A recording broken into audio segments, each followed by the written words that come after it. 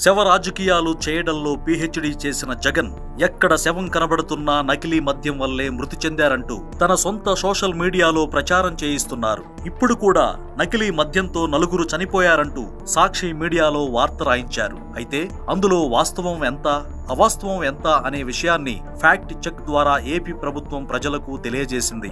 అసలు ఏం జరిగిందంటే, అన్నమయ్య జిల్లా వడ్డేపల్లికి చెందిన భవన నిర్మాణ కార్మికుడు శ్రీరాములు ములకల చెరువు ప్రాథమిక ఆరోగ్య కేంద్రం వద్ద మరణించిన స్థితిలో కనిపించాడు. దీనిపై పోలీసులు కేసు నమోదు చేసి దర్యాప్తు చేయగా ఎప్పటి నుంచో మద్యానికి అలవాటు పడి అనారోగ్యంతో ఉన్నాడని విచారణలో తేలింది. వెంటనే జగన్ తన సాక్షి మీడియాను రంగంలోకి దించాడు.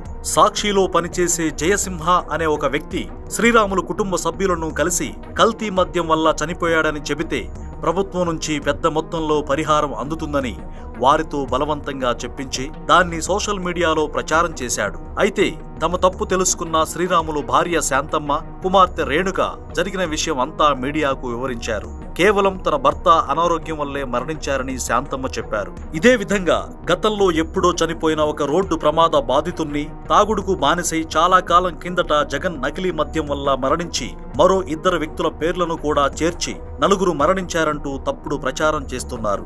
ఎక్సైజ్ శాఖ ఎంతో అప్రమత్తంగా ఉందని, రాష్ట్ర వ్యాప్తంగా ప్రముఖ బ్రాండ్ల మద్యం మాత్రమే సరఫరా అవుతోందని, నకిలీ బ్రాండ్లు సరఫరా అవడం లేదని, ప్రజలంతా ఈ విషయాలను గమనించి తప్పుడు వార్తలను నమ్మొద్దని ప్రభుత్వం ప్రజలకు సూచించింది.